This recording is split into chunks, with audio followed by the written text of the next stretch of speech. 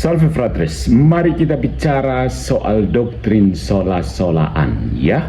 Ajaran sola-sola reformasi itu memang semacam kontribusi paling besar Protestan kepada dunia, yaitu menyederhanakan kekayaan 1500 tahun tradisi apostolik menjadi 5 slogan pasar malam yang terdengar saleh tapi kosong makna saat diuji logika dan sejarah.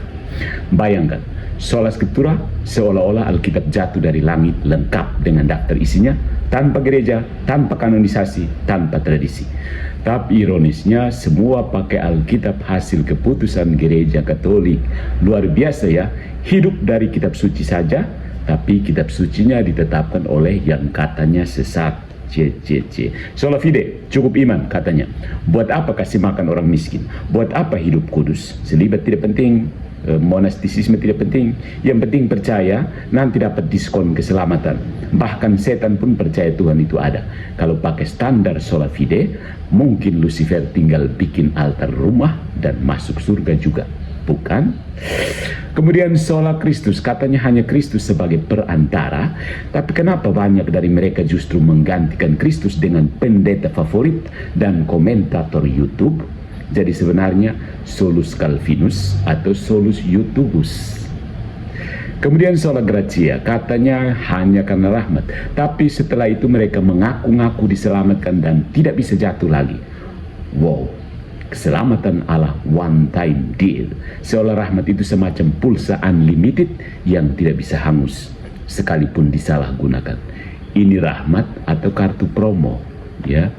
Kemudian soli deo gloria, tapi kemudian masing-masing denominasi bikin gereja sendiri-sendiri, saling tuding sesat dan memecah tubuh Kristus jadi 40.000 plus pecahan.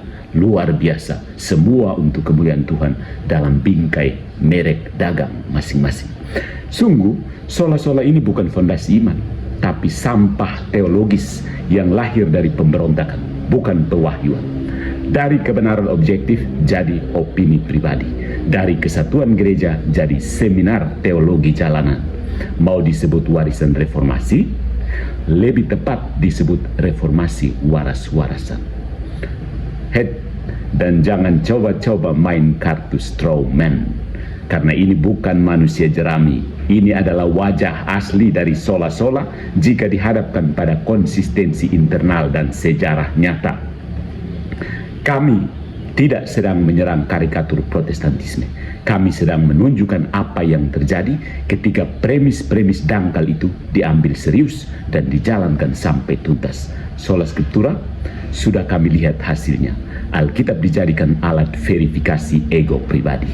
Tiap orang menjadi paus untuk dirinya sendiri karena katanya Roh Kudus membimbing saya, walau hasilnya adalah interpretasi semraut yang saling bertentangan.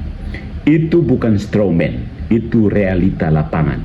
Gereja yang satu dan kudus tertukar dengan kekristenan swadaya yang buka cabang tiap kali ada beda tafsir soal baptisan, karismatik atau warna karpet altarnya, warna kain meja, gorden kaca jendela gereja. Sola fide sudah kami dengar berulang kali dari para penginjil jalanan. Tidak penting kamu berbuat baik, kamu tetap diselamatkan karena iman. Sungguh luar biasa, iman tanpa kasih, tanpa karya, tanpa salib. Ini bukan straw man, ini doktrin man dari ratusan khotbah Protestan literal yang bisa dikutip kata per kata.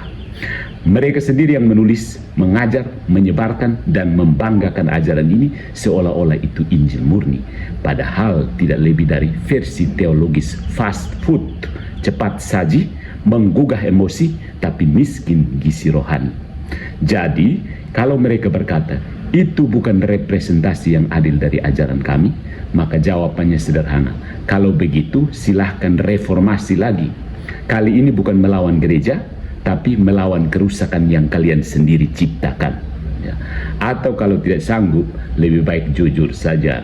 Sola-sola adalah slogan pemasaran religius, bukan kebenaran ilahi, bukan teologi suci, tapi residu dari pemberontakan.